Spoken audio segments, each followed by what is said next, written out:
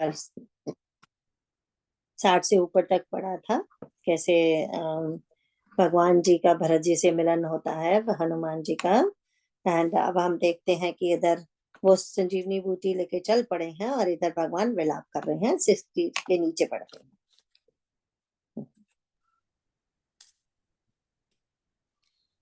भरत जी के बाहुबल, शील, सुंदर स्वभाव, गुण और प्रभु के चरणों में अपार प्रेम की मन ही मन बारंबार सराहना करते हुए मारुति श्री हनुमान जी चले जा रहे हैं। वहां लक्ष्मण जी को देखकर श्री राम जी साधारण मनुष्यों के अनुसार समान वचन बोले। आधी रात बीत चुकी, हनुमंत नहीं आए। यह कहकर श्री राम जी ने छोटे भाई लक्ष्मण जी को उठाकर हृदय से लगा लिया और बोले, हे भाई, तुम मुझे कभी दुखी नहीं देख सकते थे। तुम्हारा स्वभाव सदा से ही कोमल था। मेरे हित के लिए तुमने माता पिता को भी छोड़ दिया और वन में जाड़ा, गर्मी और हवा सब सहन किया। हे भाई, वह प्रेम अब कहाँ है? मेरे व्याकुलतापूर्ण वचन सुनकर उठते क्यों नहीं?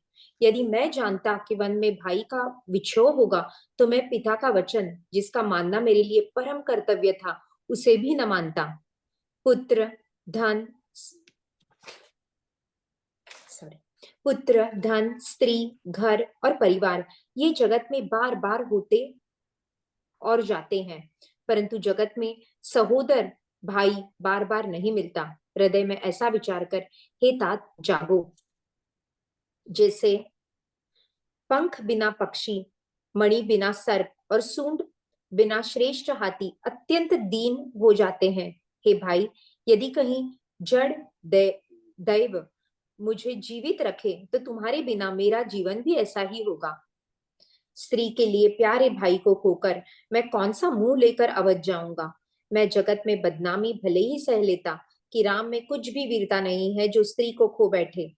स्त्री की हानि से इस हानि को देखते कोई विशेष क्षति नहीं थी। अब तो हे पुत्र, मेरा निष्ठुर और कठोर हृदय यह अपयश और तुम्हारा शोक दोनों ही सहन करेगा। हे तात, तुम अपनी माता के एक ही पुत्र और उसके प्राणाधार हो। सब प्रकार से सुख देने वाला और परम हितकारी जानकर उन्होंने तुम्हें हाथ पकड़कर मुझे सौंपा था। मैं अब जाकर उन्हें क्या उत्तर दूंगा? तुम उठकर मुझे सिखाते समझाते क्यों नहीं?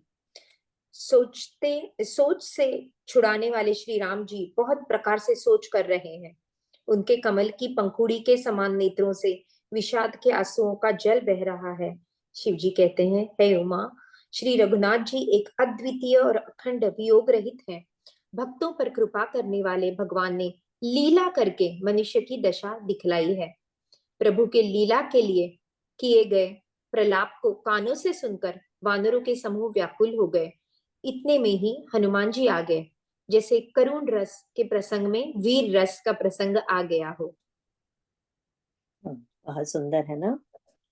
तो हमने देखा था कि जो अभी अभी आपने पढ़ा कि भारत जी के बाहुबलशील और गुण और प्रभाव के चरणों में अपार प्रेम की मन ही मन बारंबार सराहना करते हुए मारुति हनुमान जी चले जा रहे हैं। तो हमने कहा, पिछली बार देखा था ना, भगवान ने कहा कि अयोध्या से चलते समय तो तूने इष्ट ही बदल लिया, मुझे याद नहीं किया, भरत जी को याद किया, है ना। तो वो बात याद है ना आपको? तो हमने वो तो भगवान तो कितने अच्छे से पर हनुमान जी ने एक्सप्लेन किया था, भगवान जो उनका बल है वो उन्हीं का बल है। उन्होंने बोला था उनके पास दो तीर हैं, जो एक तो भगवान के पास पहुंचा देता है, एक देखो कैसा तीर है जो कृपा करता है ना। बिना फल के मारा था ना तीर, वो नीचे गिर गए।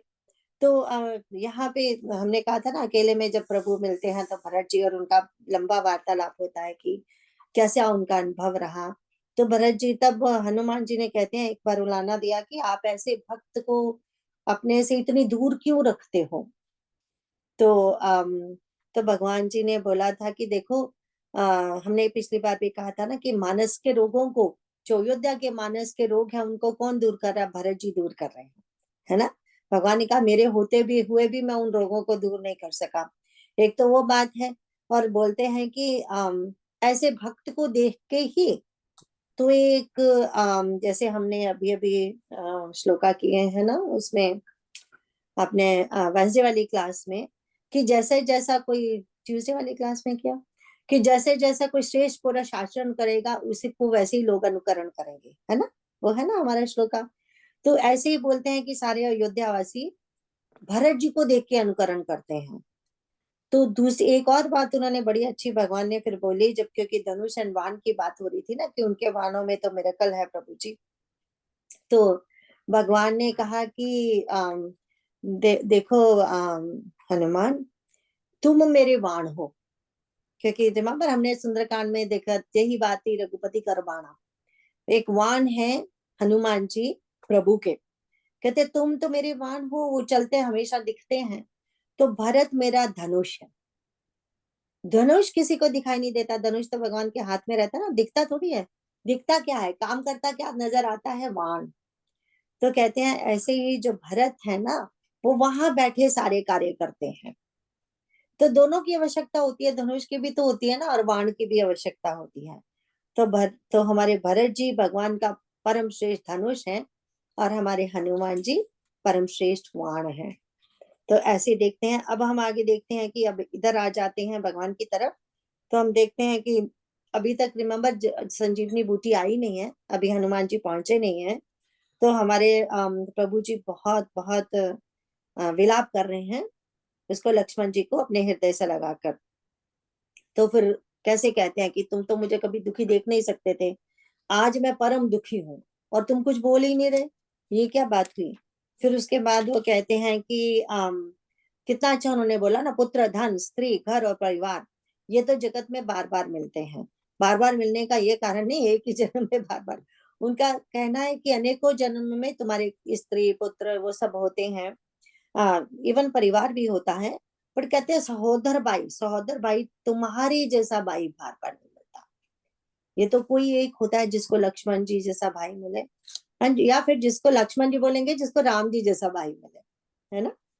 तो अब उसके बाद वो कैसे बताते हैं कि तेरे बिना मैं पंख बिना जैसे पक्षी होता है, मणि बिना जैसे सांप होता है, जैसे एक हाथी के लिए सूंड की कितनी आवश्यकता है, इसीलिए इसी तरह तेरे बिना मैं जीवित रह ही नहीं सकता, अगर रहूंगा भी तो कैसे श्रेयहीन हो जाऊंगा, है ना, सॉरी श्रीहीन हो जाऊंगा, है ना। तो उसके बाद कहते हैं कि लोग मुझे क्या कहेंगे, स्त्री के प्यार के लिए भाई को खो दिया। इसका मतलब ये नहीं है कि पत्नी को नीचे दिखाया जा रहा है, ऐसा कुछ नहीं है। एक तो ये है कि वो दुखी है, जब दुखी बंदा होता है ना तो कुछ भी बोलता है ना। दूसरी बात ये उन्होंने कितना अच्छा से यहाँ लिखा भी है ना कि लोग क्या कहेंगे, पहले तो ये कहेंगे अपनी स्त्री की रक्षा ही नहीं कर सका, सो स्त्री तो खो दी, भाई भी खो दिया, देखो कुछ भी नहीं कर सका, है ना। तो इसकी ऐसे कहते बातें बनाएंगे। और सबसे ज्यादा जो एक यहाँ पे आया है ना, निज जननी के एक कुमारा, तात तासु तुम प्राण आधारा। कहते हैं अपनी माँ के तुम एक ही पुत्र हो और उनके तुम प्राण आधार हो, मैं क्या उनको मुंह दिखाऊंगा जाके। ये दो दो तरह से इसको आती है, हमने कितनी बार क्लास में जिक्र किया है ना कि ये जो यहाँ पे कथा चल रही है, 4 युगों की डिफरेंट कथा चल रही है। किसी रामायण में ऐसे भी आता है किसी समय, जो भरत जी एंड शत्रुघ्न है वो ट्विन ब्रदर होते हैं, ऐसे भी होता है किसी युग में। अब उसको हम पढ़ेंगे नहीं, कहांगे कौन सी रामायण में लिखा है, किसमें लिखा है, उसमें नहीं जाना, ताकि आपको इसकी शंका न हो, इसलिए जरा बताया गया है। तो वो उस इसीलिए भी बोला गया कि आप उनके एक ही पुत्र हो, माँ के सुमित्रा के। लेकिन जो दूसरी बात है, संत लोग इस तरह से समझाते हैं, वो कहते हैं निज जननी के एक कुमारा, वो अपने बारे में बात कर रहे हैं, निज जननी कि मैं अपनी माँ का एक ही पुत्र हूँ। तात तासु तुम प्राणाधारा, तुम मेरे प्राणाधार हो। किसके प्राणाधार हो, मैं अपनी माँ का एक ही पुत्र हूँ, और माँ के इस पुत्र के प्राणाधार कौन हो, तुम हो। ऐसा भी आता है। सो संत लोग इस तरह से भी इसको अर्थ लेते हैं। और फिर कई बार संत लोग ये भी कहते हैं कि सपोज हम पहली वाली थ्योरी को नहीं मानना चाहते, तो ये भी कहते हैं कि जब आदमी इतना विषाद में होता है ना, तो उसको समझ ही नहीं आता वो क्या बोल रहा है क्या नहीं बोल रहा है। हमने देखा कि विषाद योग में फर्स्ट चैप्टर में, इवन सेकंड में भी, इन द बिगनिंग अर्जुन बोलते जा रहे हैं, भगवान को इतनी शिक्षा दे रहे हैं कि भगवान कहते हैं अच्छा बातें बड़ी ज्ञानियों जैसे कर रहा है तू। तो, लेकिन कहते हैं प्रचंड ऐसा करा बड़ा बारा ज्ञानी है तू मूर्ख निकला। मतलब ऐसे बोलते हैं ना वहां पे। तो मूर्ख का मतलब ये नहीं कि उसको मूर्ख बोल रहे हैं, बट कि भगवान जी उसको प्यार से समझाना है ना, तो इसलिए बोलते हैं। तो यहाँ पे वही बात आती है कि जब कोई विषाद में होता है तो कई बार कुछ भी मुंह से निकलता है, उस समय पर ये नहीं सोचना चाहिए अरे इसने ऐसा क्यों बोल दिया, ऐसा क्यों बोल दिया। तो फिर उसके बाद कहते हैं कि सब प्रकार से सुख देने वाला परम हितकारी जानकर उन्होंने तुम्हें मेरे हाथ में सौंपा था। कि था माँ सुमित्रा ने। एक्चुअली माँ सुमित्रा ने तो अगर हम रामचरितमानस में देखें तो हाथ में सौंपा ही नहीं है। रिमेम्बर हमने कितनी बार कहा है, माँ सुमित्रा तो मिलने ही नहीं आई थी उनको। माँ सो इसीलिए हमें थोड़ा सा ये मालूम पड़ता है ना कि ये जो कहानी इस कथा की, इस युग की कथा की बात कर रहे हैं तुलसीदास जी, वो तो यहाँ पे है ही नहीं इन द बिगनिंग, है ना। क्योंकि सुमित्रा माँ तो कभी सामने आई ही नहीं थी। उन्होंने तो लक्ष्मण को बोला था कि तेरे माता पिता वो ही हैं। लेकिन हाथ में किसने सौंपा था आपको याद है? माँ कौशल्या ने सौंपा था। माँ कौशल्या ने लक्ष्मण जी को प्रभु राम के हाथ में सौंपा था। और गीतावली में तो ऐसा भी आता है, तो वहां पे उन्होंने ये कहा था कि जैसे इसको लेके जा रहे हो ना, वैसे ही वापस लेके आना। एंड गीतावली में फिर जब ये लक्ष्मण मूर्छित होने की स्टोरी आती है, तो वहां पे देखो माँ सुमित्रा तो ये कह रही है ना, ये जाएगा साथ में, अब शत्रुघ्न साथ में जाएगा। लेकिन माँ जो कौशल्या है वो संदेश भेजती है कि तुम लक्ष्मण के बिना अच्छे नहीं लगोगे। गीतावली में ये बोला है। ऐसा नहीं कहा कि तुम लक्ष्मण के बिना वापस नहीं आना। वो इनडायरेक्टली देखो बोल रही है कि राम तुम लक्ष्मण के बिना अच्छे नहीं लगोगे। मतलब तो यही हुआ ना कि तुम अगर हो तो लक्ष्मण है, अगर लक्ष्मण है तो तुम हो। तुम दोनों को साथ ही होना चाहिए और साथ ही में देखना चाहती हो, ये मतलब हुआ ना उनका। तो यहाँ पे ये भी अगर हम ध्यान से देखते हैं, ध्यान से कथा को पढ़ते हैं, पीछे का याद करते हैं, तो हम देखेंगे कि एक्चुअली माता कौशल्या ने हाथ में सौंपा था इनको।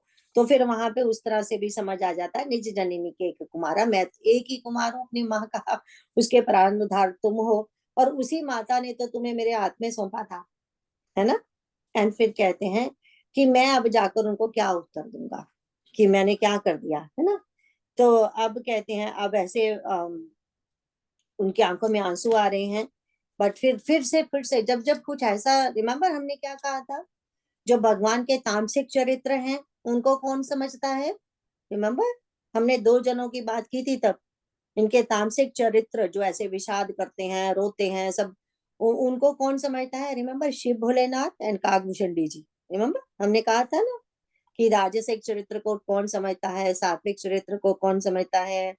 तो ये जो इनके विषाद वाले, जब जब भी अब जब विषाद का सीन आता है ना, हमारे भोलेनाथ तुरंत बीच में बोल देते हैं कि कहीं पे माँ पार्वती को फिर से वो संदेह ना हो जाए पिछले जन्म वाला, कि फिर से अरे जहां देखो रोते रहते हैं, जहां देखो रोते रहते हैं, है ना। और देखो क्या क्या बोल रहे हैं, कभी ये कह रहे हैं, कभी ये कह रहे हैं।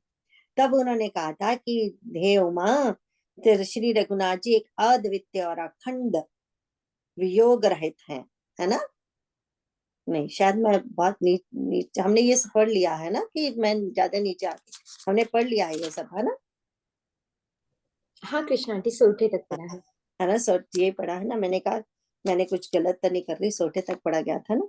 तो फिर उन्होंने कहा कि देखो, उन्होंने बोला कि हे उमा, रघुनाथ जी एक अद्वितीय और अखंड वियोग रहित हैं, भक्तों पर कृपा करने वाले भगवान है, मनुष्य की दशा दिखलाई, है ना। कि एक लीला कर रहे हैं, लीला कर रहे हैं वो बार बार, तभी कहते हैं ना प्रभु लीला किए गए हैं। तो ताकि किसी को भी, अब प्रभु तो लीला कर रहे हैं। और यहाँ भी एक और बात बहुत अच्छी जो हमने पिछली बार भी कही थी, जब भगवान जी कहते हैं ना अम, कि हमारे लक्ष्मण के बिना तो कोई जीवित नहीं रहेगा, ना मैं रहूंगा, ना सीता रहेगी, ना फिर अयोध्या वाले रहेंगे।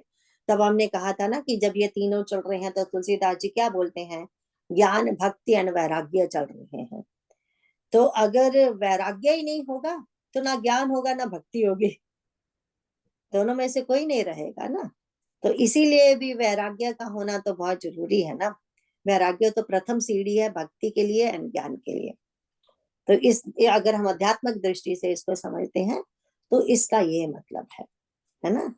अब हम 61 के नीचे पढ़ेंगे।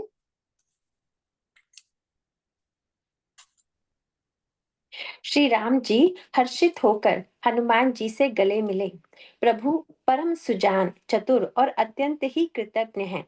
तब वैद्य सुषेण ने तुरंत उपाय किया, जिससे लक्ष्मण जी हर्षित होकर उठ बैठे। प्रभु भाई को हृदय से लगाकर मिले। भालू और वानरों के समूह सब हर्षित हो गए। फिर हनुमान जी ने वैद्य को उसी प्रकार वहां पहुंचा दिया, जिस प्रकार वे उस बार पहले उसे ले आए थे। यह समाचार जब रावण ने सुना, तब उसने अत्यंत विषाद से बार बार सिर पीटा। वह व्याकुल होकर कुंभकर्ण के पास गया और बहुत से उपाय करके उसने उसको जगाया। कुंभकर्ण जगा, उठ बैठा। वह कैसा दिखाई देता है, मानो स्वयं काल ही शरीर धारण करके बैठा हो। कुंभकर्ण ने पूछा, हे भाई, कहो तो तुम्हारे मुख सूख क्यों रहे हैं? उस अभिमानी रावण ने उससे जिस प्रकार से वह सीता को हर लाया था, तब से अब तक की सारी कथा कही। फिर कहा, हे तात, वानरों ने सब राक्षस मार डाले, बड़े बड़े योद्धाओं का भी संहार कर डाला। दुर्मुख, देवशत्रु, देवांतक, मनुष्य भक्षक, नरांतक, भारी योद्धा, अतिकाय और अकंपन तथा महोदर आदि दूसरे सभी रणधीर वीर रणभूमि में मारे गए। तब रावण के वचन सुनकर कुंभकर्ण बिलख कर दुखी होकर बोला, अरे मूर्ख, जग जननी जानकी को हर लाकर अब तू कल्याण चाहता है। तो हम देखेंगे कि यहाँ पे कहते हैं देखो पहला ही वो आया, पहले देखा कि जब हनुमान जी आ गए तो ऐसे लगा वीर रस आ गया हो। फिर उसके बाद देखा श्री राम जी हर्षित होकर हनुमान जी को गले लगकर मिले। अभी तो दवाई भी नहीं दी गई है, अभी तो कुछ भी नहीं किया हुआ, पहले ही फटाफट हनुमान जी से हर्षित होकर मिले तो उनको लगा भगवान को कि अब लक्ष्मण ठीक हो जाएगा, अब चिंता वाली कोई बात नहीं। क्योंकि रिमेम्बर हमने कहा था ना, डॉक्टर चाहिए होता है, एंड अच्छा डॉक्टर जो डायग्नोज कर सके बीमारी को। फिर हमने देखा था दवा चाहिए होती है, दवा भी असली होनी चाहिए।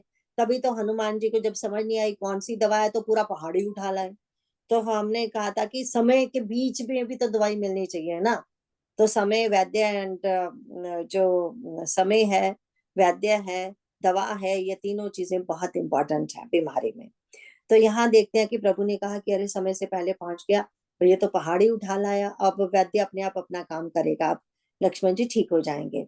और फिर हमने देखा कि कैसे लक्ष्मण जी तुरंत उठ गए और उसके बाद भगवान ने गले से मिलाया और हनुमान जी वैद्य को वापस छोड़ आए हैं। अब दूसरी तरफ जाते हैं। अब जब अब विषाद कहाँ हुआ? अब विषाद हुआ रावण को। क्योंकि हमने पहले भी कहा था ना कि रावण को काल नेमी पे कितना विश्वास था, उसने काल नेमी को हनुमान जी का रास्ता रोकने भेजा था, रिमेम्बर? तो वो काल नेमी ने समझाने की कोशिश की थी उन्हें, पर नहीं माना। नंदन काल फिर तभी यहाँ पे आता है कि काल नेमी को तो हनुमान जी ने मार दिया। अब जो कहते हैं, अब जो उससे अब काल को खत्म करेंगे। जो काल कौन है यहाँ पे? तामसिक काल, जो हमारे कुंभकर्ण, रावण, मेघनाथ, अब उन तीनों को भगवान खत्म करेंगे, है ना? कुंभकर्ण एंड रावण को। तो अब हम देखते हैं कि रावण कैसे, अब उसको कुछ समझ, देखो यहाँ पे देखिए स्वार्थ, देखिए रावण का। रिमेम्बर नाउ, अभी तो मेघनाथ बैठा है ना मेघनाथ। तो लेकिन उन्होंने मेघनाथ को नहीं दोबारा अब युद्ध करने के लिए भेजा। अब ऑल ऑफ ए सडन उसे कुंभकर्ण को याद आ गई, कुंभकर्ण को उठाने चला है। बताइए तो क्यों? क्योंकि स्वार्थी है, वो अपने पुत्र की बलि नहीं देना चाहता, भाई को भेज रहा है। उसको लग रहा है, पहले तो उसको अभिमान है कि कुंभकर्ण को कोई मार नहीं सकता, अगर मरना भी है तो वो पहले भाई को कुर्बान करेगा। ये काहे का प्रेम हुआ? खुद ही क्यों नहीं चला जाता पहले फिर, है ना? तो हम देखते हैं कि वो जाके कुंभकर्ण को उठाता है, एंड कुंभकर्ण कैसा है, जैसे स्वयं काल पड़ा हो। तो तब और फिर उठाने के बाद बड़े अभिमान से सारी स्टोरी सुनाता है कि कैसे मैं सीता को हरलाया, कैसे सीता को हरलाया, उन दोनों को कैसे कितनी आसानी से मैंने उन दोनों को, तीनों को मूर्ख बना दिया, है ना? पहले तो सीता मूर्ख बनी कि वो हिरन, सोने का हिरन, उसके पीछे उसका मन आ गया। फिर राम जी हैं जो उसके पीछे भाग गए। फिर लक्ष्मण है जो भाभी को छोड़ के भाग गया, है ना? कैसे वो धोखे से आवाज से सुन के भागा ना। तो कैसे वो बड़े प्राउडली यहाँ पे आया ना, बड़े अभिमानी, उस अभिमानी ने जिस प्रकार सीता को हरलाया था, अब तक की सारी कथा की, वो कितना अभिमान है उसको इसके ऊपर भी। तभी तो कहते हैं ना, आसुरी वृत्ति कौन होती है? कल भी क्लास में किसी में बात हो रही थी ना, कि आसुरी वृत्ति वो होती है जब जब डिम्पल कर रही थी, रिमेम्बर वेंसडे हो रही थी क्लास, राइट? आसुरी वृत्ति क्या होती है? वो ही होती है जब हमें पश्चाताप ही नहीं होता अपनी बुराई पे। वही तो आसुरी वृत्ति हुई। वहां पे कहा था ना भगवान ने, आसुरी वृत्ति वालों को मेरी कथा मत सुनाना। तो हम देखते हैं कि ये जो यही तो है आसुरी वृत्ति, कि उसको अपना चोरी करने पे, किसी की औरत को, विवाहित औरत है, उसको उठाने में भी उसको कितना प्राउड है कि अरे देखो मैं कैसे एक विवाहिता को भी उठा के ले आया। तो अब हम देखते हैं कि जब फिर उसके बाद बता रहा है कि कैसे कैसे मरे हैं उनके जो मुख्य मुख्य सेनापति हैं, कैसे ऑलरेडी युद्ध में मर चुके हैं। तो अब जैसे ही ये सुनता है तो हमने देखा कि वो क्या बोलता है एकदम, वो कहता है कि जगदम्बा हरियाणी अब सट चाहत कल्याण। तो अपना सिर पकड़ के बोलता है, अरे मूर्ख, साक्षात जगदम्बा को हर लाया तू तो, जगत जननी को हर लाया, जगदम्बा। तो जगदम्बा मतलब हमने, रिमेम्बर पहले भी तो था ना, हनुमान जी ने भी तो माता को यही बोला था ना, रामदूत में माँ तू जानके, मैं आपका दूत हूँ लेकिन जगत जननी तो आप है, आप बताइए मैं कौन हूँ, आप ही मेरी पहचान बता सकती हैं, है ना? तो यहाँ पे ये भी यही कह रहा है। तो अब हम आगे देखेंगे इसको कैसे पता चला वो जगत जननी है। 62 के नीचे पढ़ते हैं। हे राक्षस राज, तूने अच्छा नहीं किया, अब आकर मुझे क्या जगाया। हे तात, अब भी अभिमान छोड़कर श्री राम जी को भजो तो कल्याण होगा। हे रावण, जिनके हनुमान सरी के सेवक हैं, वे श्री रघुनाथ जी क्या मनुष्य है? हाय भाई, तूने बुरा किया जो पहले ही आकर मुझे यह हाल नहीं सुनाया। हे स्वामी, तुमने उस परम देवता का विरोध किया जिसके शिव, ब्रह्मा आदि देवता सेवक हैं। नारद मुनि ने मुझे तो जो ज्ञान कहा था वह मैं तुझसे कहता, पर अब तो समय जाता रहा। हे भाई, अब तो अंतिम बार अंकवार भरकर मुझसे मिल ले, मैं जाकर अपने नेत्र सफल करूं, तीनों तापों को छुड़ाने वाले श्याम शरीर कमल नेत्र श्री राम जी के जाकर दर्शन करूं। श्री रामचंद्र जी के रूप और गुणों को स्मरण करके वह एक क्षण के लिए प्रेम में मग्न हो गया। फिर रावण ने करोड़ों घड़े मदिरा और अनेकों भैंसे मंगवाए। हाँ, तो हम देखते हैं, तो वो बोलता है, हे राक्षस राज, तूने अच्छा नहीं किया। तो इसका क्या मतलब है? रिमेम्बर उसने बड़ी अपनी कहानी सुनाई थी, कैसे सूर्पनखा के कान नाक काट दिए गए। फिर जब वो आई तो मैंने बहन का बदला लेने, बताता तो सबको यही है ना, कि ये नहीं कहता कि मेरे अपने मन में मैं इतना कामी पुरुष हूँ कि वो सीता माता के वो सुन के कि कितनी सुंदर है। रिमेम्बर हमने देखा था ना वहां जब कथा, तो राम जी की उसने भी सुनाई थी, अपने सूर्पनखा ने भी बताया था वो कौन है। बट उस समय उसने वो नहीं ध्यान दिया, उसने बताया था प्रदूषण को मार दिया, उन्होंने तो शपथ खाई है वो निश्चरहीन धरती कर देंगे, ये सब किसने बताया था? सूर्पनखा ने। वो ध्यान नहीं दिया, बट दे सूर्पनखा ने कहा ये तो मेरी कोई नहीं सुन रहा। तो फिर उसने कहा था उनके साथ एक सुंदर स्त्री है, जैसे ये बोला था उसके कान खड़े हो गए, है ना? अब कहने को तो वो बहन का बदला लेने जा रहा है, लेकिन उसके दिमाग में कौन है? वो सुंदर स्त्री। उसको तो सुंदर स्त्री अगर है कोई दुनिया में तो उसे ही मिलनी चाहिए। हाउ डेयर सुंदर स्त्री कोई और ले जाए। मतलब वो जो है अहंकार, कि मेरे सिवा किसी और को कुछ मिलना नहीं चाहिए, जो जगत में श्रेष्ठ है वो मुझे ही मिलना चाहिए, यही बात है ना उसके अंदर। तो वो तो इसके लिए हर लाया था, लेकिन वो तब कहानी इस तरह से बता रहा है। तो हमारे कुंभकर्ण इसलिए बोल रहे हैं, वो ये कह रहा है कुंभकर्ण, कि तुम जब तुम्हारी बहन के नाक काटे गए थे ना, काटे गए थे, हमारी बहन के नाक एंड कान काटे गए थे, तब मुझे उठाता ना, तब तो हम कह सकते थे देखो जी इन्होंने तो अपनी बहन का बदला लेने के लिए ये सब किया है।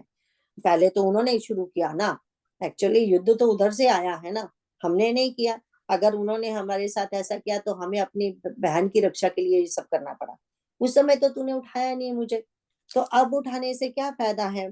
तो फिर कहते हैं, अब फिर भी वो बोलता है, तो कहते हैं कि देखो अगर अपना कल्याण चाहते हो तो उनको अभिमान छोड़कर श्री राम जी को भजो। हम्म। तो उन्होंने कहा था कि तुम्हें एक बार मुझे ये बता दो कि तुम तो कहते हैं कि जिस तूने अभी अभी जो मुझे स्टोरियां सुनाई हैं कि कैसे हनुमान आया था, कैसे उसने अशोक वाटिका उजाड़े, कैसे उसने लंका जला दी, तुम्हें ये बता दो मुझे कि जो एक मामूली बानर आके लंका जला गया, तुम सबके रहते बैठे हुए यहाँ पे, ना तो वो मामूली बानर हो सकता है। अब जिसका वो सेवक है, वो क्या मामूली हो सकता है? जिसका बानर इतना बलशाली है, वो सिर्फ देखो, सबका युद्ध आज दिन तक काफी हो चुका है, अंगद का नाम भी नहीं लिया उसने। वैसे तो अंगद का भी ये सब लोहा मान चुके हैं ना, पर एक्चुअली जो भय है सबके मन में, वो हनुमान जी का है ना। तो इसीलिए यहाँ पे वो मेनली हनुमान जी का ही नाम लेता है कि तुम मुझे ये बताओ, जिनके हनुमान सरीखे सेवक हैं, वो श्री रघुनाथ जी क्या मनुष्य हैं? हो सकते हैं क्या? क्या साधारण, अगर मनुष्य भी हैं तो वो क्या साधारण मनुष्य हो सकते हैं? है ना। तो फिर कहते हैं, हाय भाई तूने बुरा किया जो पहले मुझे नहीं बताया। तो फिर कहते हैं, तुम ये तो सोचो, तुम विरोध किसका कर रहे हो? हमने जो देखो, इन तीनों भाइयों ने तपस्या की थी ना, तो इन तीनों भाइयों ने जो तपस्या की थी, वो वरदान किसने दिए थे? शिव भोलेनाथ एंड ब्रह्मा जी ने। तो ये जो है रावण, उसको किसके ऊपर सबसे बड़ा भरोसा है? ब्रह्मा जी के ऊपर एंड शिव के ऊपर। ठीक है, उन्हीं की दी हुई विभूतियों से तो ये आज ये बना हुआ है। तो फिर उसने कहा कि पर तुम ये तो देखो, वो शिव ब्रह्मा जिसके ऊपर तुम इतना भरोसा करते हो, तुम विरोध किसके साथ कर रहे हो? जो शिव ब्रह्मा के भी स्वामी है। ये कैसे होगा? तो जो जो जो हम हमारा देखो, हमारा कोई प्रिय है, कोई हम फिर इसके बाद हमसे कोई प्यार करता था, लेकिन क्या बात क्या है कि आज हमारा आपस में बहुत प्रेम था, पर आज आके वही बंदा मेरे किसी परिवार वाले को क्षति पहुंचाएगा, तो मैं किसका साथ दूंगी? उसका दूंगी जो अपने परिवार का साथ दूंगी। इसी तरह ये शिव एंड ब्रह्मा जी किसका साथ देंगे आज? तुम्हारा देंगे कि प्रभु का देंगे? प्रभु ही देंगे। है ना, प्रभु का ही देंगे ना। तो फिर कहते हैं, और फिर ताकि फिर भी वो सुन नहीं रहा ना अच्छे से, फिर से उसको विश्वास दिलाने के लिए बताता है कि नारद मुनि जी ने ये ज्ञान कहा था। मैं जो कुछ भी तुम्हें कर रहा हूँ, मैं झूठ नहीं बोल रहा हूँ, गप नहीं मार रहा हूँ। एक बार मैं बैठा हुआ था, जो 6 महीने में एक दिन उठता है ना वो, तो संध्या के समय वो बैठा हुआ था किसी पहाड़ी के ऊपर, नारद मुनि जी आते हैं, तो ये उनको देख के प्रणाम करता है कुंभकर्ण। तो नारद मुनि जी से पूछता है, आप कहाँ से आ रहे हो? तो उन्होंने बोला कि मैं देवताओं की सभा से आ रहा हूँ। अच्छा, तो वहां क्या बात हो रही थी? तो वहां बात हो रही थी, तुम भाइयों के खात्मा होने की बात हो रही थी। रावण का पाप इतना बढ़ गया है कि अब प्रभु जन्म लेने वाले हैं, नर के रूप में आने वाले हैं। तो बोले कि उस समय उसने मुझे ये सारा हाल बताया था। तो अब लेकिन देखो, संध्या का समय था ना, ये तो एक ही दिन जागता है, इसको तुरंत नींद आ जाती है फिर। तो इसके सोने का समय हो गया एंड ये सो गया, और ये बात बतानी भूल गया रावण को। ये भी हरी इच्छा ही रही होगी ना। नहीं तो शायद ये उस दिन बात बता देता जिस दिन इसको पता चलनी थी। पर अगर इमेजिन कीजिए, चलो उसने नहीं बताया था, अभी अभी युद्ध से पहले भविष्य गया था ना रावण को मनाने, कि देखो ये चिट्ठी कहाँ से आई है, हमारे दादाजी पुलत्स्य जी ने भेजी है, ये युद्ध मत करो, ये राम साधारण नर नहीं है, आज दिन तक मैं तुम्हें बचाता आया। रिमेम्बर हमने कहा था ना, वो जो कीर्ति वीर्य था, जो जिसकी 1000 बाजुएं थी, उसको उससे बचाया था ना रावण को, उनके पुलत्स्य उसके दादाजी ने। तो वो अर्जुन अर्जुन था उसका नाम, अर्जुन कीर्तिवीर कुछ ऐसे नाम था ना, जिससे बचाया था इसने। 1000 बाजुएं होती थी उसके, रावण को बचाया था। कितने जगह से ये फंसा, जब जब फंसा है दादा आके बचाते रहे हैं। लेकिन अब फाइनली दादा ने ये बोला था कि अब छोड़ दो, अब हो गया, अब मैं तेरा कुछ नहीं कर सकता, है ना। तो उन्होंने कहा, फिर आगे कहते हैं कि तो हाँ, तो नारद मुनि जी ने ये आके बोले, मेरे को सब कुछ बता दिया, तो अब तो तू मान जा। लेकिन बात वही आ जाती है, जैसे प्रभु राम जी समुद्र के बारे में कहते हैं ना, कि जो ममता में रत हो, उसके सामने ज्ञान कहानी नहीं चलती। इस समय ये तो मोह मूल है। तो जो रावण को मोह मूल बोला जाता है ना, मोह की जड़ है ये। इतना इसका अहंकार ऊंचा उठ चुका है कि ये बनते नहीं बनता। तो एंड दूसरा बात यहाँ पे ये भी आता है, यहाँ नहीं लिखा और उसमें तो यहाँ पे तो उसने उसने तो यहाँ तक भी इसको धिकारा था कि तेरी तो बचपन से ही आदत रही है, तू बचपन से ही पापी रहा है, तो बचपन से ही दूसरों को दुख देना वही तुम्हें प्रिय लगता है। तूने आज दिन तक बहुत कुछ कर लिया, अब छोड़ दे, अब लास्ट मोमेंट पे एटलीस्ट छोड़ दे। तो फिर कहते हैं कि ये बातें करते करते उसके मन में भगवान की छवि आ गई। तो एक क्षण के लिए वो मोहित हो गया, है ना, किसके, भगवान के प्रेम में। वहां पे चला गया, जैसे प्रेम समाधि उसे एक क्षण के लिए लग गई है। तो भाई को बोलता है एक बार मुझे लास्ट टाइम मिल ले, तो मैं तो अब उनके पास जा रहा हूँ। अब उनके पास जा रहा हूँ, जैसे ही ये सुना इसने, रावण ने, तो उसे लगा एक तो जा चुका है ऑलरेडी, इसको मैं युद्ध के लिए भेज रहा था। अब ये इसने तो प्रत्यक्ष ही बोल दिया कि मुझे तो वो, मैं तो किसके पास जा रहा हूँ, तीनों तापों को छुड़ाने वाले श्याम शरीर कमल नेत्र श्री राम जी के जाके दर्शन करूंगा। तो इसको लगता है कि ये भी उनसे ना जाके मिल जाए। पर उसको थोड़ा ये था कि हमारे तीनों की बुद्धि कैसी है, वो जो भविष्य है वो तो सात्विक है, जो ये रावण है ये राजसिक है, यानी ये इसको तामसिक बोलते हैं कुंभकर्ण को। तो उसको है कि हाँ एक क्षण के लिए तो इसके मन में आ गया, पर शीघ्र ही अगर इसे मैं पैसे खिला दूंगा, मदिरा पिला दूंगा, तो वो सारा ज्ञान छू मंत्र हो जाएगा। तो वो ही किया उसने, तुरंत फटाफट भैंसे बुलाए गए और मदिरा बुलाई गई इसको भटकाने के लिए। आगे चलते हैं। भैंसे खाकर और मदिरा पीकर वह वज्रघात बिजली गिरने के समान गरजा। मत से चूर रण के उत्साह से पूर्ण कुंभकर्ण किला छोड़कर चला, सेना भी साथ नहीं ली। उसे देखकर विभीषण आगे आए और उसके चरणों पर गिरकर अपना नाम सुनाया। छोटे भाई को उठाकर उसने हृदय से लगा लिया और श्री रघुनाथ जी का भक्त जानकर वे उसके मन को प्रिय लगे। विभीषण ने कहा, हे तात, परम हितकर सलाह एवं विचार कहने पर रावण ने मुझे लात मारी। उसी ग्लानि के मारे मैं श्री रघुनाथ जी के पास चला आया। दीन देखकर प्रभु के मन को मैं बहुत प्रिय लगा। कुंभकर्ण ने कहा, हे पुत्र सुन, रावण तो काल के वश हो गया है, उसके सिर पर मृत्यु नाच रही है। वह क्या अब उत्तम शिक्षा मान सकता है? हे विभीषण, तू धन्य है, धन्य है, धन्य है। हे तात, तू राक्षस कुल का भूषण हो गया। हे भाई, तूने अपने कुल को दे दीप्यमान कर दिया, जो शोभा और सुख के समुद्र श्री राम जी को भजा।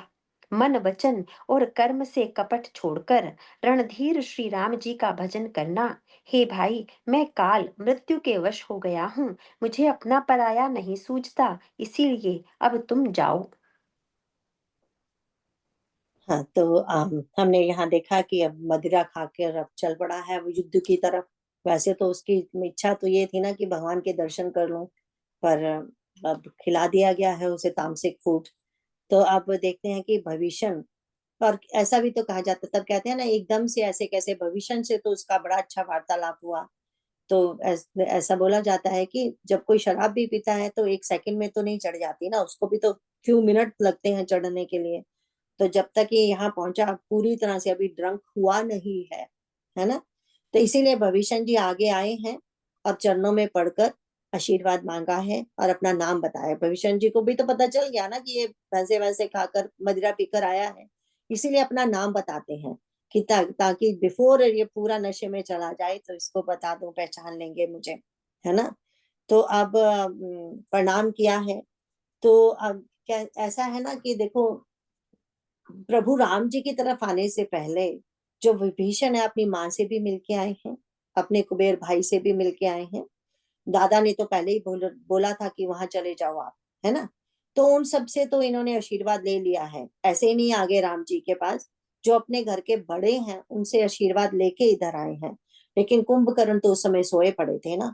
एंड वैसे भी रावण ने तो लात मार के इनको भगा दिया था कि अब भी निकल जा मेरे देश से, है ना। हम्म, हम्म, तो इसीलिए वो निकले थे। तो अब उस समय क्योंकि कुंभकर्ण भैया से मिलना नहीं हुआ था, अब वो चाहते हैं कि मैं आखिरी बार इनसे भी मिल लूं, क्योंकि ऐसा ना हो कि रावण ने पता नहीं इनको मेरे बारे में क्या क्या सिखाया है, मैं अपनी तरफ से अपनी कहानी तो बता दूं। और कई संत लोग तो ऐसा भी कहते हैं कि एक और वजह से भगवान चाहते थे इन दोनों का मिलन हो, ये था कि भगवान ने कुंभकर्ण को अब मोक्ष देना है।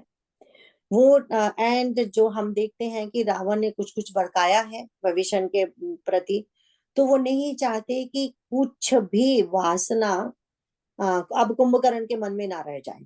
अगर थोड़ी सी भी अगर कोई मन में भाई के प्रति भी रह जाता कि अरे मतलब मेरा भाई कैसा निकला छोटा, है ना, तो भी उनको पूर्ण तरह से मोक्ष नहीं मिलना था। तो भगवान हर तरह की अच्छी बुरी प्रवृत्तियां उसके मन से निकालना चाहते हैं, इसीलिए यहाँ पे विभीषण का मिलना बहुत जरूरी था। तो अब हम देखते हैं कि वो विभीषण आते हैं तो बोलते हैं मैं कौन हूँ। अब ये भी देख के बहुत खुश हो रहा है, देखो कितना खुश हुए, छोटे भाई को उठाकर अपने हृदय से लगा लिया और श्री रघुनाथ जी का भक्त जानकर उसके मन को बहुत प्रिय लगे। क्योंकि रिमेम्बर नारद मुनि जी एक ऐसे मुनि हैं जिनको देवता भी मानते हैं, राक्षस भी मानते हैं, और सभी जानते हैं कि जो नारद मुनि जी कहते हैं वही सत्य है, और जो वो बोलते हैं सबकी भलाई के लिए ही बोलते हैं, है ना। नारद मुनि जी को सब रेस्पेक्ट करते हैं, इसीलिए जो कुंभकर्ण है वो नारद जी की मान को पूरी तरह मान चुके हैं कि ये भगवान ही हैं जो नर लीला करने आए हैं। तो यहाँ पे वो बहुत प्रिय खुश हुए कि चलो हमारे कुल का कोई तो रघुनाथ जी की तरफ गया। तो अब कहते हैं कि हे तात परम है, तो अब विष्णु जी अपनी कहानी सुना रहे हैं कि देखो मैंने तो अपने रावण भैया का परम हित करना चाहा था, और परम परम हित, नॉट जस्ट मामूली हित, परम हित के लिए मैंने उनको बहुत सारे उपदेश दिए, बताया, बट लेकिन देखो उन्होंने मुझे लात मार दी। अब ये जो लात मारने की ग्लानि है ना वो उनसे मन से जा नहीं रही, बिकॉज रिमेम्बर तीनों भाइयों में बहुत प्रेम है, बहुत प्रेम था, है ना। तीनों भाई देखो तपस्या करने भी निकले थे तो भी इकट्ठे ही निकले थे, राइट। तो वहां पे भी देखो तीनों को वरदान भी इकट्ठे मिले, वापस इकट्ठे आए हैं। एंड जो राज्य का सबको पता है, हमने देखा था कि राज्य का सारा कार्य भविष्य संभाल रहे हैं, एंड भविष्य को भी बहुत दुलार करता है रावण, रिमेम्बर, तभी तो वो कहते हैं ना मेरा दुलार रख लीजिए, मेरी बात मान लीजिए, क्योंकि आज दिन तक तो वो यही प्रटेंड करता रहा ना कि भविष्य तो मुझे बहुत प्रिय है, देखो तू ये करता है, तू ये करता है। तो भविष्य को लगा था कि शायद भाई मेरा मान जाए, हमारा तो आपस में बहुत प्रेम है। वो जो जो सात्विक बंदा होता है ना, जब उसको कोई इस तरह से वो करता है तो उसे परम दुख लगता है। तो वो ग्लानि उसके मन से जा नहीं रही कि जिस जिस भाई से सारी उम्र हम में इतना प्रेम था उसने मेरे साथ ऐसा बिहेव क्यों किया, मैं तो उसका परम हित चाहता था, है ना। तो फिर वो कहते हैं कि मैं उसने मुझे, मेरे मन में ये ग्लानि जा नहीं रही, तो मैं इधर आ गया और प्रभु ने मुझे दीन समझकर रख लिया, ठीक है, मेरे पर कृपा की। अब कुंभकर्ण क्या बोलते हैं, वो कहते हैं सुन सुत भय कालवश रावण। वो देखो भविष्य को क्षमा कर दिया पहले ही उसने, भविष्य तुम्हारा कोई दोष नहीं है। तो जो रावण है ना वो इस समय काल के वश में आ चुका है, ये अब हरी इच्छा है, उन्होंने कसम खा लिया निश्चरहीन करनी है उन्होंने भूमि, है ना। तो कहते हैं सो की माना परम से कामन, अगर उसके मन में आ ही गया है या कालवश हो गया है इसीलिए वो किसी की मानने को तैयार है ही नहीं। मैंने भी मनाने की कोशिश की, पर वो आगे क्या बोलते हैं, धन्य धन्य तय धन्य भविष्य, 3 बार बोलते हैं तुम धन्य हो, तुम धन्य हो, तुम धन्य हो, है ना। कितने, दैट मीन्स तुम परम धन्य हो कि हम में से, तो वो कहते हैं तुम भयो तात निश्चिर कुलभूषण। वैसे तो हमने कहा है ना कि इनका निश्चिर कुल थोड़ी है, कुल तो पुलस्त्य कुल है, लेकिन रावण ने अपने आप को वो ब्राह्मण कुल माना ही नहीं। रिमेम्बर वो ब्राह्मणों को तो खाता था, तो कुल घाती था वो खुद, रिमेम्बर बाकियों को इसको कुल घाती बोला, औरों को कुल घाती बोल रहा है, कुल घाती तो वो स्वयं था, जिस रेस में जन्म लिया उसी रेस वालों को खाता है, वो अपने आप को सिर्फ निश्चय ही समझता है। तो इसीलिए कुंभकर्ण यहाँ कहते हैं कि हमारा भाई ये समझता है हम निश्चय हैं, तो ठीक है निश्चय ही सही, कोई बात नहीं, बट कहते हैं तुम हम निशाचरों में भी कुलभूषण हुए। तो अब क्या किया भविष्य जी की वजह से पुलत्स्य जी का भी यश फैल गया, एंड निश्चर कुल में भी जैसे प्रहलाद हुए हैं उसी तरह भविष्य हुए हैं भगवान के भक्त, भगवान भक्त। जिस कुल में भगवान के भक्त का अवतार होता है वो ही कुल भूषण हो जाता है, जिसका होता है, जिसका, है ना, वो कुल भूषण हो गया ना। तो फिर आगे कहते हैं उसके बाद कहते हैं बंधु बस तैकीन उजागर, हे भाई तूने अपने कुल को देदीप्यमान कर दिया है, उजागर कर दिया, हमारे यश चारों ओर फैल जाएगा तेरी वजह से, है ना। तो कहते हैं जो शोभा और सुख के समुद्र श्री राम जी को भजा, यही तो एक जीवन का परम लक्ष्य होना चाहिए। उसके बाद कहते हैं लेकिन एक शिक्षा दे रहे हैं अपने भाई को। क्या शिक्षा दे रहे हैं? वचन कर्म मन कपट तजी भजो राम रणधीर। क्योंकि रिमेम्बर ऊपर उन्होंने कहा था ना कि ग्लानि की वजह से मैं इधर आया हूँ, तो इस बात का कुंभकर्ण को धक्का लगा है। धक्का, क्या धक्का लगा है? अगर तुम्हारे भाई ने लात मारी इसीलिए उधर गए हो, प्रेम की वजह से नहीं गए, भक्ति की वजह से नहीं गए। अगर प्रेम भक्ति की वजह से गए होते तो बात कुछ और थी। आज गिलानी की वजह से गए हो, कल को सपोज करो राम जी हार जाते हैं तो तुम दोबारा फिर रावण के सेवक हो जाओगे। क्योंकि अगर हम किसी तरफ गलानी की वजह से ही जाते हैं ना, सपोज गलानी की वजह खत्म हो गई, तब तो हम भी चेंज हो जाएंगे। फिर हम कहेंगे अच्छा मार दिया होगा मेरे भाई को, हु केयर्स, तुम अपना अयोध्या का राज करो, मैं इधर बैठा हूं, मैं अपना राज्य करूंगा, है ना। ये उनका कहने का, उनको ये अच्छा नहीं लगा कि विभीषण जी ने ये बोला कि मैं ग्लानि की वजह से इधर आया हूँ। इसीलिए उन्होंने कहा वचन कर्म मन कपट तजी। देखो वचन से, कर्म से, मन से, कपट को छोड़कर, कपट को छोड़कर, यहाँ कपट का क्या मतलब है? स्वार्थ को छोड़कर, छल को छोड़ दो। मेक श्योर स्वार्थी मत बनना कि कल को रावण मारा गया, तुम्हें राजा बना दिया गया, तुम्हारी गिलानी खत्म हो गई, बिकॉज गिलानी का कारण रावण था, वो खत्म हो गया, अब तुम भगवान को भूल जाओ। तो कहते हैं वचन कर्म मन कपट तजी भजो राम रणधीर। फिर विश्वास दिलाने के लिए राम रणधीर हैं। रणधीर का मतलब रण से कभी चलाया मान नहीं होंगे।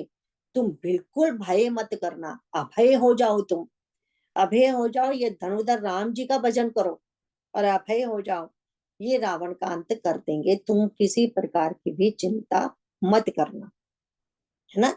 इसीलिए कपट छोड़कर बस उन्हें भजो। अब तुमने उनको चुन लिया, बस हो गया, हो गया काम, अब और कुछ नहीं सोचना है ना। तो फिर वो कहते हैं इसीलिए अब तुम जो, फिर वो बोलते हैं कि अब उसको नशा चढ़ना शुरू हो गया है।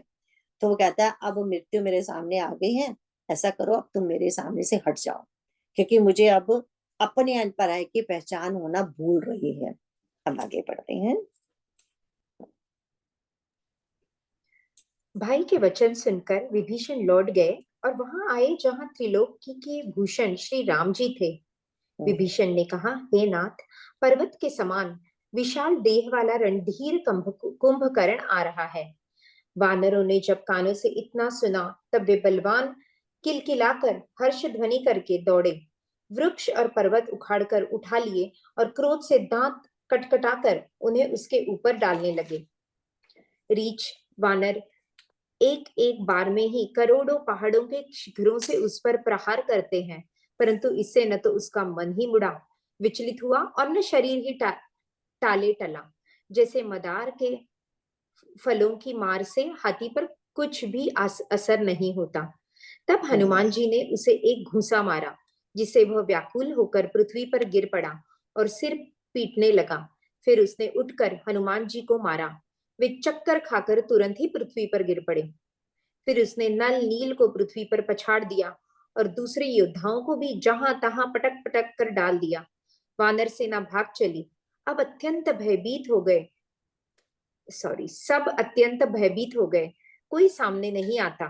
सुग्रीव समेत अंगद आदि वानरों को मूर्छित करके फिर वह अपरिमित बल की सीमा कुंभकर्ण वानरराज सुग्रीव को कांख में डाल कर चला। तो हम यहाँ देखते हैं कि जो पीछे आया था ना, एक पंक्ति आप भूल गई। कुंभकर्ण दुर्मद रणरंगा चला दुर्ग तज सेन न संगा। देखो कुंभकर्ण जब युद्ध करने के लिए निकला ना, किसी भी एक भी सेना के व्यक्ति को साथ लेके नहीं निकला। इसका जो आध्यात्मिक मीनिंग है वो ये होता है कि अहंकार अकेला ही हमारे सब सद्गुणों को खाने के लिए इनफ है। रिमेम्बर हमारे 16 चैप्टर में बताए गए हैं ना, आसुरी संपत्ति एंड दैवी संपत्ति। जो हमारी दैवी संपत्ति है, 26 गुण बताए गए थे ना उसके, उन सब गुणों को खाने के लिए एक अहंकार, जो आसुरी संपत्ति में अगर एक अहंकार हम ले लेते हैं, दैट इज इनफ सबको चट करने के लिए। तो इसीलिए वो अकेला ही जाता है। और देखो उसने अकेले ने कर दिखाया ना, कैसे सब बानरों को कर दिया उसने, हनुमान जी तक को मूर्छित कर दिया, अंगद आदि नल नील सबको मूर्छित कर दिया। फिर अब क्या किया, अब सुग्रीव को मूर्छित करके अपने कांख के नीचे दबा के उधर को ले चला है। आगे बढ़ते हैं।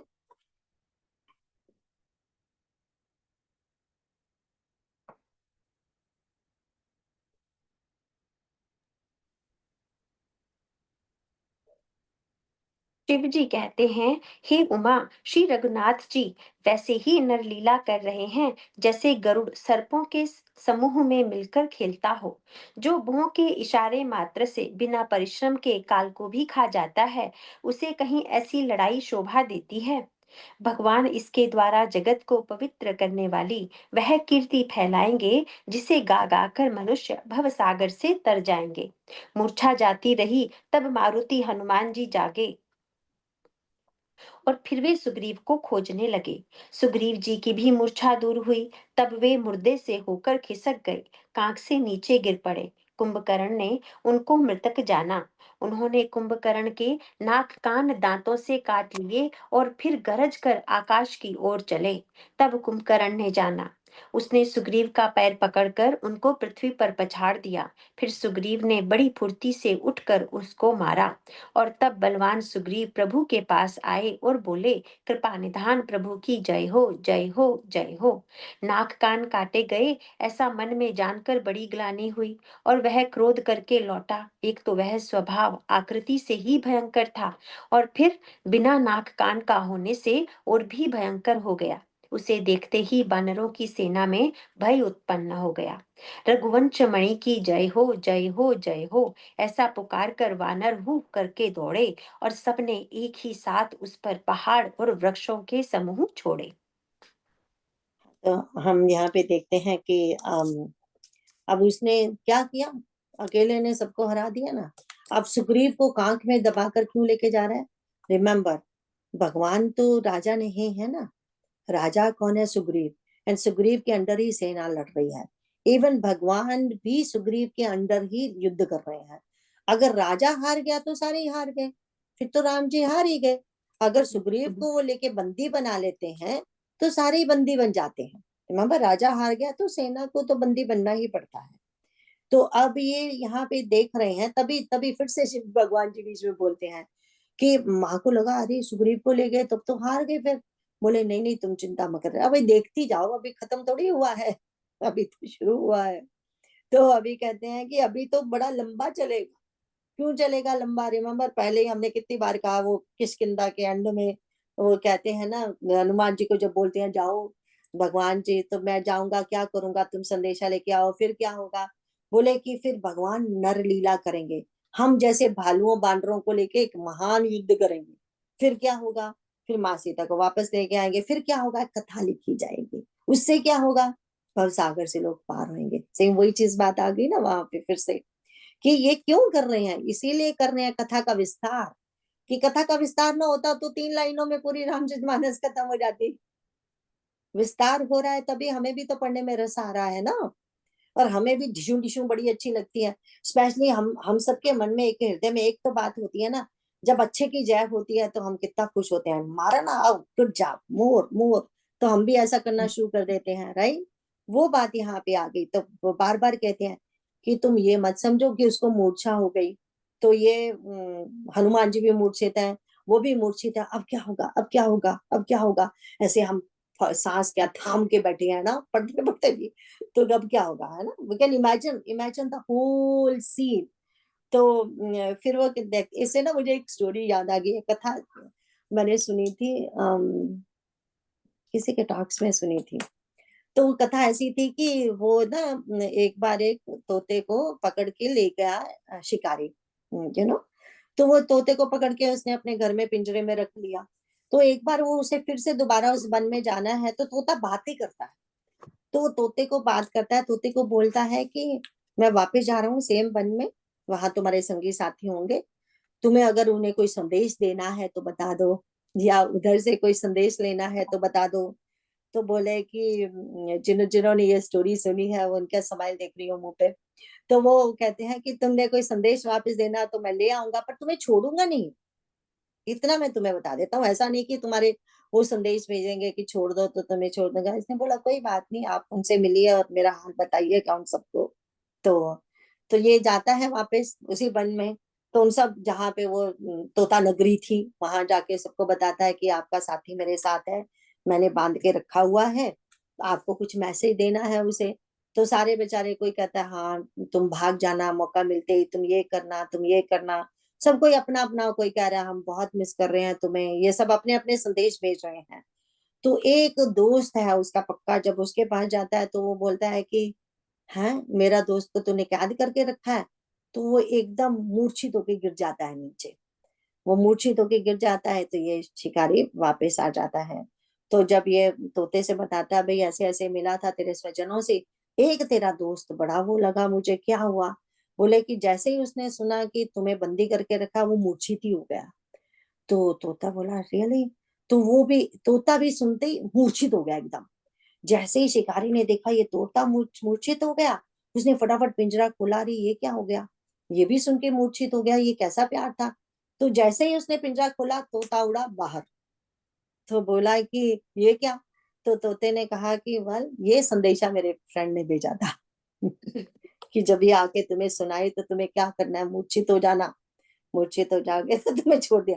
देखा यही किया ना यहाँ पे, देखा आपने, सेम स्टोरी है ना। तो सुग्रीव जी ने क्या किया, जैसे ही उनकी मूर्छता खुली उन्होंने प्रटेंड किया कि वो मर गए हैं, है ना। हम्म। वो हम्म। कैसे वो मर गए, और ढीला, जब कोई मर जाता है तो शरीर ढीला हो जाता है ना, तो वो ढीला हो गया शरीर। अब कुंभकर्ण को लगा है मैं लाश को कांख में लेके जा रहा हूँ, ये तो बड़े, उसने भी अपनी ढील छोड़ दी। जैसे ही उसने कांख को ढीला छोड़ा उड़ गए वो। पर क्या किया, उड़ने से पहले उन्होंने कान नाक किसके काट दिए हैं।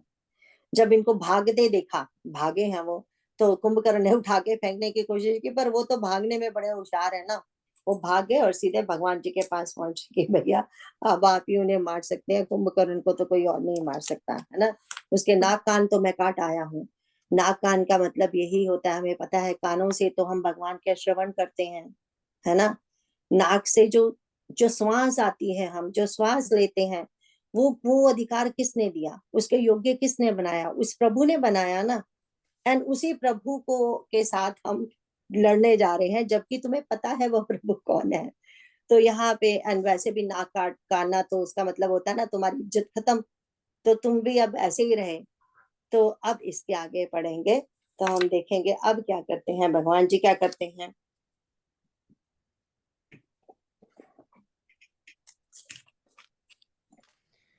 रण के उत्साह में कुंभकर्ण विरुद्ध होकर उनके सामने ऐसा चला मानो क्रोधित होकर काल ही आ रहा हो। वह करोड़ करोड़ वानरों को एक साथ पकड़ पकड़ कर खाने लगा। वे उसके मुंह में इस तरह घुसने लगे मानो पर्वत की गुफा में टिड्डियां टिड्डियां। टिंडियां समा रही हो। करोड़ों वानरों को पकड़कर उसने शरीर से मसल डाला, करोड़ों को हाथों से मलकर पृथ्वी की धूल में मिला दिया। पेट में गए हुए भालू और वानरों के ठट के ठट उसके मुख नाक और कानों की राह से निकल निकल कर भाग रहे हैं। रण के मध्य में मत्त राक्षस कुंभकर्ण इस प्रकार गर्वित हुआ मानो विधाता ने उसको सारा विश्व अर्पण कर दिया हो और उसे वह ग्रास कर जाएगा। सब योद्धा भाग खड़े हुए, वे लौटाए भी नहीं लौटते। लौटते। आंखों से उन्हें सूझ नहीं पड़ता और पुकारने से सुनते नहीं। कुंभकर्ण ने वानर सेना को तितर बितर कर दिया। यह सुनकर राक्षस सेना भी दौड़ी। श्री रामचंद्र जी ने देखा कि अपनी सेना व्याकुल है और शत्रु की नाना प्रकार की सेना आ गई है। तब कमल नयन श्री राम जी बोले, हे सुग्रीव, हे विभीषण और हे लक्ष्मण, सुनो, तुम सेना को संभालना, मैं इस दुष्ट के बल और सेना को देखता हूँ। आगे बढ़ते हैं। हाथ में शार्ग धनुष और कमर में तरकस सजाकर श्री रघुनाथ जी शत्रु सेना को दलन करने चले। प्रभु ने पहले तो धनुष का टंकार किया, जिसकी भयानक आवाज सुनते ही शत्रुदल बहरा हो गया। फिर सत्य प्रतिज्ञ श्री राम जी ने 1 लाख बाण छोड़े। वे ऐसे चले मानो पंख वाले काल सर्प चले हों। जहां तहां बहुत से बाण चले, जिनसे भयंकर राक्षस योद्धा कटने लगे। उनके चरण, छाती, सिर और भुजदंड कट रहे हैं। बहुत से वीरों के 100-100 टुकड़े हो जाते हैं। घायल चक्कर खा खा कर पृथ्वी पर पड़ रहे हैं। उत्तम योद्धा फिर संभल कर उठते और लड़ते हैं। बाण लगते ही वे मेघ की तरह गरजते हैं। बहुत से तो कठिन बाण को देखकर ही भाग जाते हैं। बिना मुंड सिर के प्रचंड रुंड धड़ दौड़ रहे हैं और पकड़ो पकड़ो, मारो मारो का शब्द करते हुए गा चिल्ला रहे हैं। प्रभु के बाणों ने क्षण मात्र में भयानक राक्षसों को काट कर रख दिया। फिर वे सब बाण लौटकर श्री रघुनाथ जी के तरकस में घुस गए। हाँ, तो हम देखते हैं कि कैसे वो करोड़ों बानरों को खा रहा है। फिर रिमेम्बर ये वापस चला गया था ना युद्ध से, फिर वापस आया, बिकॉज वो तो जब वो सुग्रीव ही चला गया तो अब क्या करें, फिर वापस आया। अब सारी सेना साथ आ गई थी। अब भगवान कहते हैं ठीक है मैं जाता हूँ। तो भगवान जी ने अपने हाथ में शारांग, इसको बोलते हैं, सॉरी, शारंग धनुष बोलते हैं। देखो, प्रभु राम जी के धनुष को बोला जाता है शारंग धनुष। विष्णु जी के धनुष को बोला जाता है, ये जो सॉरी, शारंग धनुष एक्चुअली विष्णु जी का है। राम जी का जो धनुष है वो तो कोदंड है, पर लेकिन ये तो एक ही अवतार है ना, तो यहाँ पे इस समय शारंग धनुष उन्होंने पकड़ा है। अदरवाइज जो राम जी का धनुष का है उसका नाम है कोदंड। विष्णु भगवान का शारंग, शारंग पाणी बोलते हैं ना विष्णु प्रभु को। एंड जो शिव जी भगवान है उनके धनुष का नाम है पिनाक, है ना। शिव जी का पिनाक, विष्णु भगवान जी का शारंग एंड राम जी का कोदंड। अभी हम देखे हैं ना कि उन्होंने एक बाण छोड़ा था, 1000 हुए, फिर लाख हो गए, फिर अनंत हो गए। ऐसा बोला जाता है कि प्रभु जी के तरकश में जब बाण रहता है तब एक एक एक एक करके सारे बाण रहते हैं। ठीक है ना, कितने बाण होते हैं ना, लेकिन हर एक एक स्पेशल बाण है, स्पेशल अस्त्र है। वो एक बाण है, लेकिन जैसे ही हाथ में आता है, जैसे अगर वो हाथ लगाए ना, जैसे ऐसे अभी तो हाथ ही लगाया, निकाला भी नहीं, हाथ लगाते हैं, वो 1 का 10 हो जाता है। और जैसे ही फिर निकाला, संघान किया, तो वो 100 बन जाता है। एंड जैसे ही ऐसे धनुष पे रखते हैं 1000 हो जाता है, जैसे ही छोड़ते हैं लाख हो जाते हैं। एंड जैसे चलते हैं फिर उसके बाद तो अनंत हो जाते हैं। इसीलिए तो यहाँ कहा ना, अगर ध्यान से पढ़ रहे थे, क्या बोला था ना, प्रभु के हाथ से जब धनुष निकले लाखों निकले, फिर अनंत हो गए। तो ऐसे संत लोग बताते हैं कि रिमेम्बर कि हाथ लगाया एक था, जैसे उसको हाथ लगाया 10 हो गए, फिर 10 से 100 हुए, फिर जैसे यहाँ रखा गया 1000 हुए, छोड़ा गया लाख हो गए, और लाख से फिर कैसे अनंत हो गए। ये हमारे भगवान जी के धनुष हैं जो उधर की सेना का सफाया कर रहे हैं। तो अब आगे चलते हैं, कितना टाइम हुआ, लगता है कुंभकर्ण जी आज जाएंगे नहीं अभी। 9 बज गए, या तो यहीं पे इसको खत्म कर देते हैं क्योंकि 8:59 तो हो ही गए। तो फिर एंड नेक्स्ट वीक ही इनको विदा करेंगे। तो यहाँ पे आज खत्म करते हैं। कोई प्रश्न है आपको आज के लिए? आई नो हो नहीं पाता, मैं कोशिश करती हूँ। मैंने तो सोचा था कुंभकर्ण जी को विदा करने के बाद तक हो जाएगा, बट मुझे पता नहीं चलता कि टाइम कहाँ चला गया, हो नहीं पाता। 67 हो गए, 67 तक ही हो पाए। हाँ जी, कृष्णा जी, श्री राम जी का आपने कोदंड धनुष बताया, विष्णु जी का शारंग धनुष, हाँ तीसरा जी, कौन सा था? शिव जी भगवान जी का पिनाक, शिव जी का। अच्छा,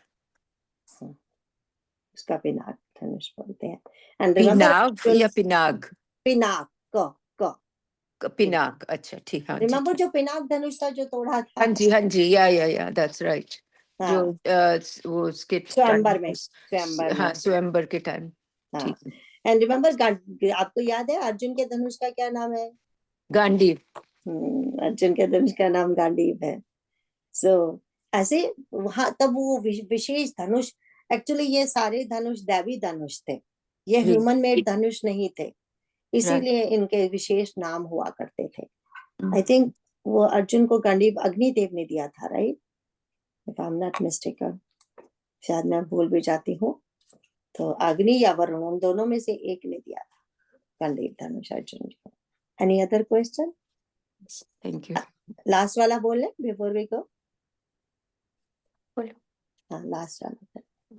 बार बार बर मांगहु हर्ष देहु श्री रंग, पद सरोजन पायनी भक्ति सदा सतसंग। जय सीता राम चरण रति मोरे, अनुदिन बढ़हु अनुग्रह तोरे।